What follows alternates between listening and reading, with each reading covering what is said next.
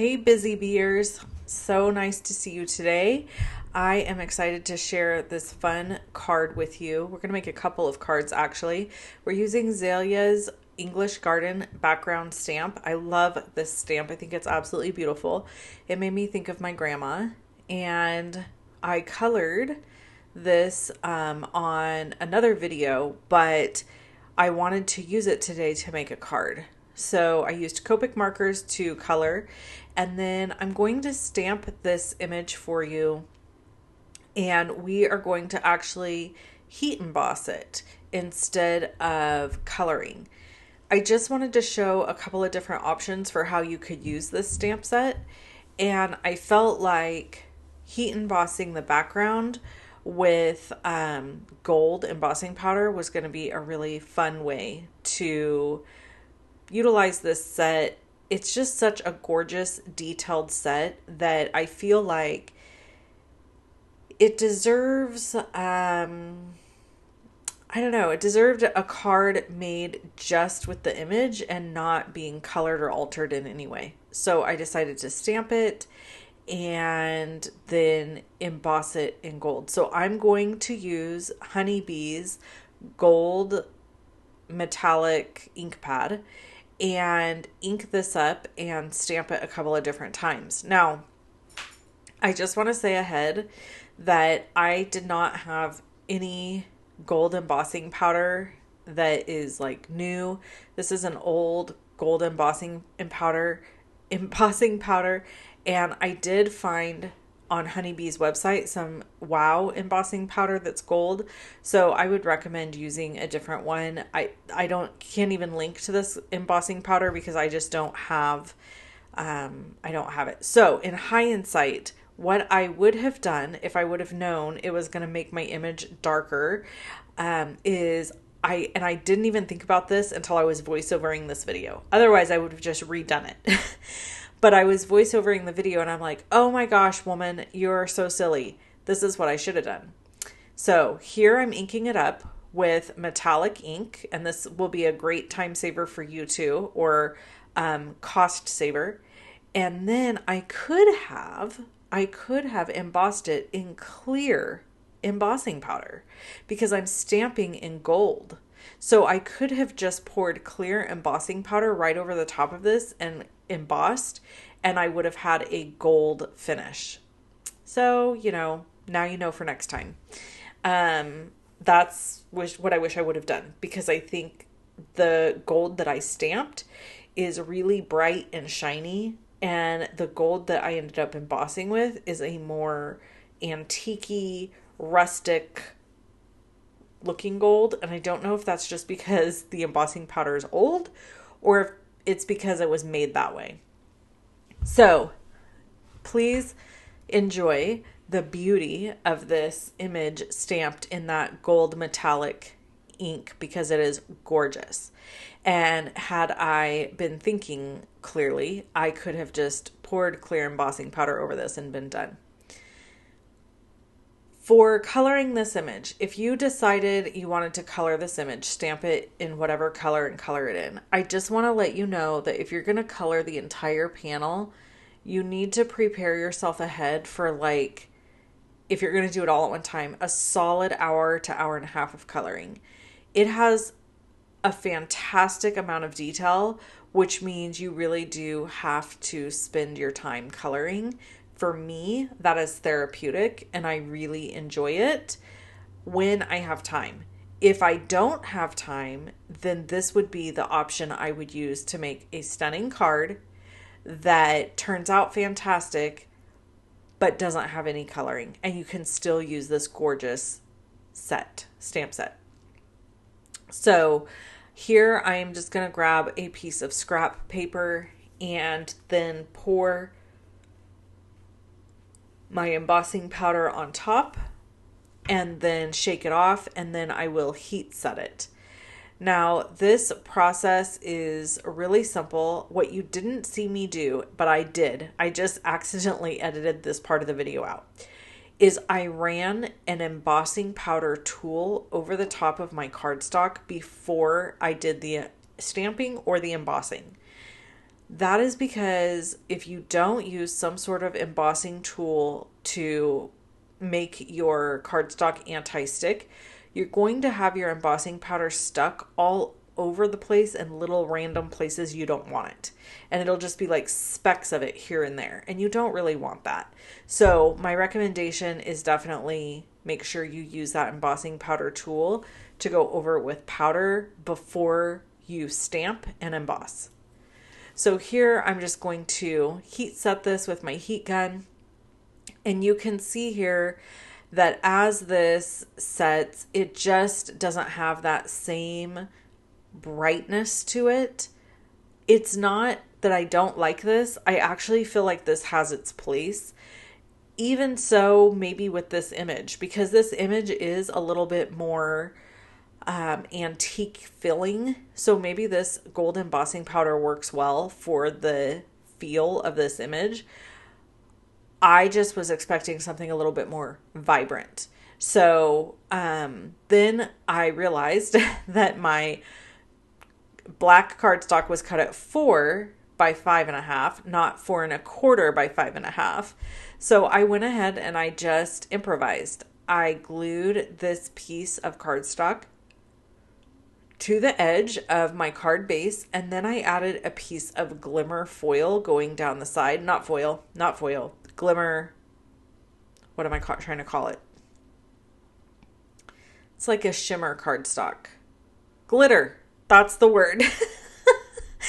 Oh, thanks for being patient with me. This is some rose gold cardstock from it's made by Spellbinders, but Honeybee sells this. So if you don't already know this, Honeybee actually sells a lot of products that aren't their own. And you can shop the Honeybee stores for lots of different things. There's all kinds of stuff that's not just exclusive Honeybee product. So I always try to make sure everyone knows that in my videos, because if you're new to Honeybee, you may not know that they sell product by other companies. That's one of the things I love about Honeybee is they are really invested in working with other companies and being a friend to other companies. And they are really invested in what I would consider doing good in the crafting community. So I highly recommend shopping with them when you can for products that are not just Honeybee products. So they've got cardstocks, they've got specialty papers, they carry wow embossing powders, carry different glues and adhesives. They've got all kinds of stuff. So I would just consider checking that out. So moving back to the card, what we're going to do is I'm going to use the Honeybee glue, and I'm going to glue my panel that I've cut down to 5 by 7. And I'm going to glue it to another piece of Neenah Solar White cardstock that's 110 pound weight.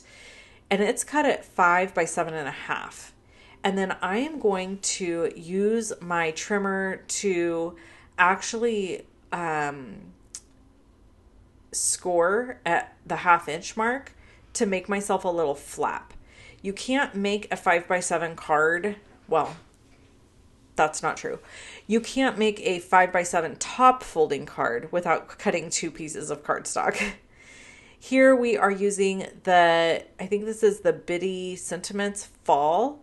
And I really wanted to use the Thankful sentiment. And then it says, there's another one that says for your friendship. So it says thankful for your friendship. And they're separated so you can stamp or die cut thankful, which is what we're going to do on the outside. And then on the peekaboo window inside, we're going to add a stamped image that says for your friendship. So here I'm just trying to decide which one is the thankful. I'm just staring at it, trying to figure it out. And I did. And the cool thing about these dies, these are honey cuts, and they have a outline and they have the inside. Now, as I'm getting this prepared and going to do some die cutting, I want to switch to talking to you just for a quick second about my ring. So if you notice on my right hand, I have a ring that has a little bee going around the center of it. I found this ring at a boutique and I absolutely love it. So I've decided that whenever I make a honeybee video now, I have to wear my ring that has my honeybee on it, my bee ring. So anyway, I just wanted to share that little tidbit. So here I've used the Honeybee Sweet Stacks layering dies to cut out little circles from both of these card bases, the front of them. And that is going to be our little peekaboo window that we are going to see our sentiment through. So I'm going to glue these together right here at the top, the tab to the back. And now we've got our little, top opening card. And then our second part of this is going to be we're going to die cut a little ring, a little black ring that'll go around the opening there. I'm just setting this here so it glues together well. And then for this guy, we are going to add the thankful sentiment going across the front. So after die cutting all of the pieces and parts, we're just going to glue them together and then we're going to add them to the card. I like to trim out my cardstocks and specialty papers this way so that I'm just using the little bit of a chunk that I need and not wasting or using up too much of the papers. And here we go. Now that I have everything in place, I'm just going to run it through my die cut machine. Now we're going to stamp this in a nice pink ink. This is Briar Rose from Concord and Ninth. And I'm going to stamp it first and get this is called second generation stamping. When you stamp it first on a scrap piece of paper and then you stamp it again, you get a lighter image the second time. So basically what I wanted was I just wanted exactly the same pattern, but in a very soft pink image to go on the inside of this card. So that when you are peeking through the window there, you have some sort of a design. And when you open it up, you have this beautiful light pink design that you can write on. Anything you write with is going to be much darker than this pink and stand out very well. So it doesn't matter that there's a little bit of a pattern on this piece of cardstock. So we're going to glue this to the inside. And this is cut at 4 3/4 by 6 3/4. Now you can see as it peeks through there, it's got a little bit of a print, a little bit of a design, and it's really beautiful. I'm going to use my honeybee tweezers and glue to glue this little bitty trim piece around the circle there at the bottom. This just kind of gives your eye a place to focus, and I think it's really cute and kind of, draws your eye into that area where you're going to be looking. For our other card, we're just going to use some honeybee glue, add some glue down the thankful script, and then we're going to only glue the very edges of the thankful word so that it attaches to the outside of the circle. And we aren't going to put any glue towards the center, because if you do that, obviously your word is going to then be glued to the back of your card base, and you don't want that because then your card would not open. Now that we have it glued down, it's super cute, and this one's ready to go. I actually made the decision not to add anything to the center of that one inside. On this one though, I decided I wanted to stamp For Your Friendship on the inside of that little circle. So when you open the card behind the thankful, you'll get this little message that says For Your Friendship. It's just kind of a little surprise on the inside. I'm going to add this to my Misty stamping tool, add the sentiment into the center, and then I'm going to use Honeybee's black ink to stamp. The reason I chose to use black ink, I kind of debated between using like a pink or a black, but the black I decided would lend itself very well to the little black circle, and it would kind of pop. And it does, as you can see. You wouldn't even have to add a die cut sentiment over this. I'm just doing that because I think it's fun, but you certainly wouldn't have to do that. You could leave this just as it is, and maybe use a different sentiment that says like, thank you or thankful to you, because right now it just says For Your Friendship. But it makes more sense when we add the die cut layering pieces over the top. Then it says thankful, you open it up and it says For Your Friendship. But if you just wanted to put a sentiment in the center of that circle and not put anything over the top of it, you totally could do that. You would just want to make sure that you used a sentiment that made a little bit more sense. So that's it, friends. That's the 2 little window peekaboo cards that I made. I hope you enjoyed this video. I always enjoy my time that I spend with you every single time.